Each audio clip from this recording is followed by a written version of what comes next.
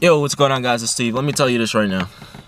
I have to admit something right now. I was wrong. Yeah, I know a lot of people are gonna say, Steve, it ain't no surprise. Yeah, it ain't no surprise, right? But let me tell you something right now. Kyrie Irving. He proved me wrong. Like, he proved me wrong this season. And it wasn't just by, he's playing all right. No, he absolutely proved me wrong. Now, when he requested the trade with the Cleveland Cavaliers, I said Kyrie Irving destroyed his career.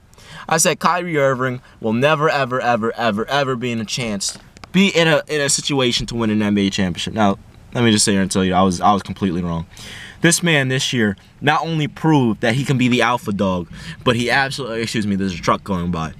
But he proved to me that this man has what it takes to play with the best of the best in the NBA. And what I mean by that is, he has what it takes to be, like, he's not as good as, like, your Stephs, your KDs, your LeBrons at this point in time, or your James Hardens and, CP3s and Kawhis like that. But I'll sit here and tell you this right now. He's very, very close to that level. What I'm seeing with the Boston Celtics this year, the man is averaging, listen to the stat line, 25 points per game, 4 rebounds, 5 assists, 1 steal. Now, keep in mind, he's Kyrie, right? You're like, oh, that's nothing. The man is literally only playing 33 minutes per game. And this is with Gordon Hayward out and not healthy with a broken leg. And this team is the #1 team in the Eastern Conference right now. He's shooting 47% from the field, 40% from 3.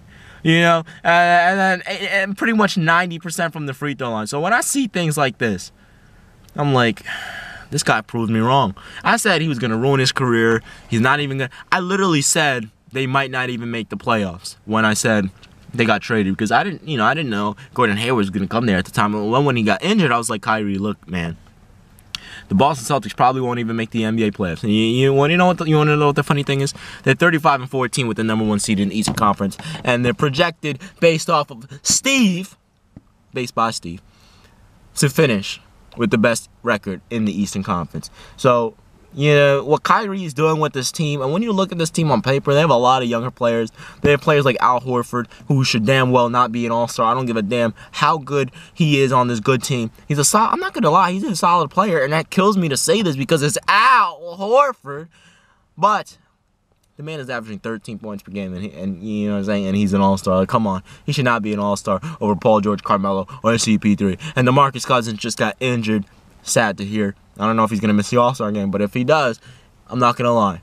It should go to Chris. It should either be Paul George or Chris Paul first. I'm not going to sit here and act like, Carmelo deserves it over them, although I want Carmelo in there just because he's Carmelo. He should just be in it based off of his name. Like, what the hell is wrong with these people? Anyway, back to the main topic. Kyrie Irving, when you look at his team, it's a bunch of young players. They have one solid veteran player in Al Horford. Now, obviously, Gordon Hayward he would be on this team, but he's not healthy right now. His leg is broken. He'll be back soon. I don't want him to come back. If he's healthy and ready to go, he should come back in the playoffs. And if he's not, then don't force it, okay? Your team did well without you. Imagine what they're going to do with you next year. So just hold your horses, Gordon Hayward and the Boston Celtics and Kyrie Irving and the rest of them. Now listen to this. Here's Marcus Morris, a veteran player. Marcus Smart at this point in time is a veteran player as well. Terry Rozier, solid guard, right? Al Horford, Jaylen Brown, Jason Tatum, Gordon Hayward, but obviously he's not healthy. And you have a bunch of bums that no one really knows about. You guys know who Aaron Baines is, but I mean, Abdel Nadir, Semi, Abdjalay, like, no one knows who they are. You know what I'm saying? Like, come on. So when you look at this team, do you have any other big names on this team? I mean, no. It's really just Kyrie, Gordon, and Al Horford. Now, Gordon Hayward's a beast, but he doesn't have a huge name, and he's not like a LeBron. He's not even second tier, to be honest. He's not like, well, I guess he's on Paul George's, like, the second tier star player. I guess he's on that level, a level that Kawhi proved me wrong last year. He was like, Steve, you really think I'm still on that second tier? I'm one of the best in the league. And I was like, damn, Kawhi, I see you, my man. So I give that to Kawhi Leonard, even though he's been unhealthy this year. And Kawhi, if you want to leave, give me a call. I'll call Phil Jackson. Oh, snap. I got Phil Jackson fired. I'll call whoever I need to call in the Knicks management, Knicks organization. You know what I'm saying? I got connections with the New York Knicks, Madison Square Garden. We'll get you in the Knicks uniform, whatever number you want. It just can't be number 7, because that's Carmelo's number. Now let me sit here and tell you this right now. The Boston Celtics have no big names.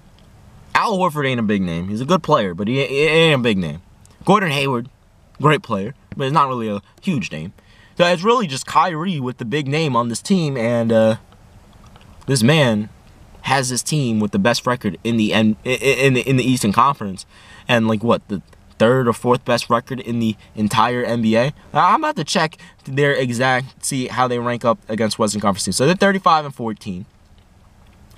Golden State's 39-10. Houston's 34-13. The Boston Celtics have the third best record in the entire National Basketball Association, with their second best player out. And you're gonna sit here and tell me Kyrie ain't proved me wrong this year. You're gonna sit here and tell me that Kyrie Irving did not prove me wrong this year. I literally said Kyrie's not gonna make the playoffs. He's not even gonna, people are gonna forget about him because he's going to a doo-doo team. I didn't know Gordon Hayward was gonna come at the time, and then Gordon Hayward did come, and I'm like, damn, Kyrie. Sometimes you have to admit when you're wrong, and it's very rare that I'm wrong because your boy, I'm basketball with Steve. You know what I'm saying? I do my thing. So when I say things like that, most people think I'm joking, but I'm dead serious. When I said Carmelo Anthony was the third best player in the world to start the 2016-17 NBA season a year before this season, I was being true. I was being straight up. That's what I believe. Now I was obviously wrong about that, but that's what I believe. Now let me sit here and tell you this right now. I would like to sit back and apologize to Kyrie Irving, because Kyrie, you proved me wrong. You're proving to me that you're not only a great scorer, but you're a great leader. You're leading this team to levels that I would have never imagined. Now, does this matter? No, because you're still going to get walked on in the NBA playoffs. You're still going to, your team is going to get absolutely mollywopped in the NBA playoffs by the Cavaliers. You don't have to worry about the Toronto Raptors, because the Toronto Raptors, they never show up in the playoffs. Kyle Lowry and DeMar DeRozan, they're just, they put on like an invisibility cloak like in Harry Potter in the NBA playoffs, because they just never show up. So I'll sit there and tell you this right now. You have no worries. Absolutely no worries about the Toronto Raptors. Your only concern should be the Cleveland Cavaliers, and you're gonna get mollywopped by them. So you shouldn't really be concerned, because I'm pretty sure you guys know you're gonna lose against them as well. Now I'm gonna stand here and tell you this right now. Just because your team is doing well doesn't mean I support your team. I support you, but I can't support you right now, because I support you, but I don't support you because I want you to succeed now, because you proved me wrong. And people that prove me wrong, I'm like, okay, you're doing your thing, because usually I'm not wrong. But now that I'm wrong, and you proved me wrong, and you play for the Boston Celtics, I support you, but I don't support you because I can't support you because you're wearing a Boston Celtics jersey. And you know how I feel about the Boston Celtics. There's not one team in the league, in the world, there's not one thing that I hate more than the Boston Celtics. So I repeat myself one more time, I cannot support the Boston Celtics, and I never, ever will. Even if LeBron or Carmelo went there, I'm sorry, if Carmelo Anthony went there, I would probably just never watch basketball again. If LeBron went there, I would never watch basketball again. I cannot support the Boston Celtics, no matter what. So you're doing your thing, but I'm not gonna watch any of your games, and I watched way too many of your games this year. I mean, I'm not gonna watch games I don't have to watch. I'm not gonna watch you play the Phoenix Suns or something. It's not like the Knicks where I watch them play with every team. I watched every single game of the New York Knicks for the past 10 years, every single game, and I've watched every single game from OKC this year. I've watched every single game from Cleveland this year. I've had to do League Pass like 3 screens at once, but I've done it. And for the hacker out there that hacked all my shit, how your bitch ass feel? How you feel right now? Because Microsoft gave me all of my money back. The bank closed my debit and credit card. They closed they locked out my grandfather's credit card as well. They're sending us new ones. I got all my money back. All your shit got cut off.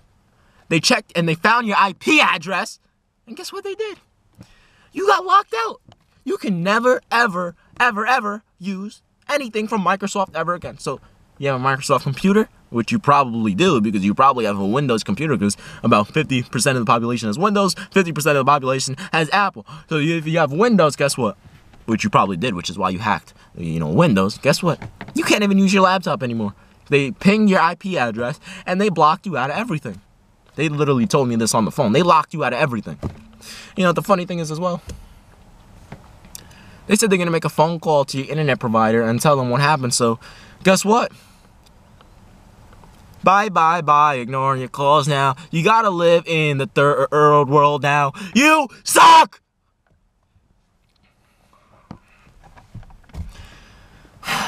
See, I'm sick and I didn't want to do that, but I did it. It's been your man, Steve. Kyrie and the Boston Celtics. Y'all doing your thing.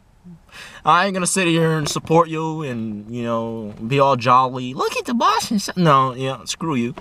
But I sit here and tell you this right now. Kyrie, you proved me wrong. You're doing your thing. Never in my life. And I don't want to see the playoffs. Because the playoffs are going to include watching the Celtics versus the Cavaliers, and that's something I don't want to see. Now, I'm just here to tell you this right now. If the New York Knicks make the playoffs, let me end the video right there. It's been your man, Steve. I'm out of here, man. Peace.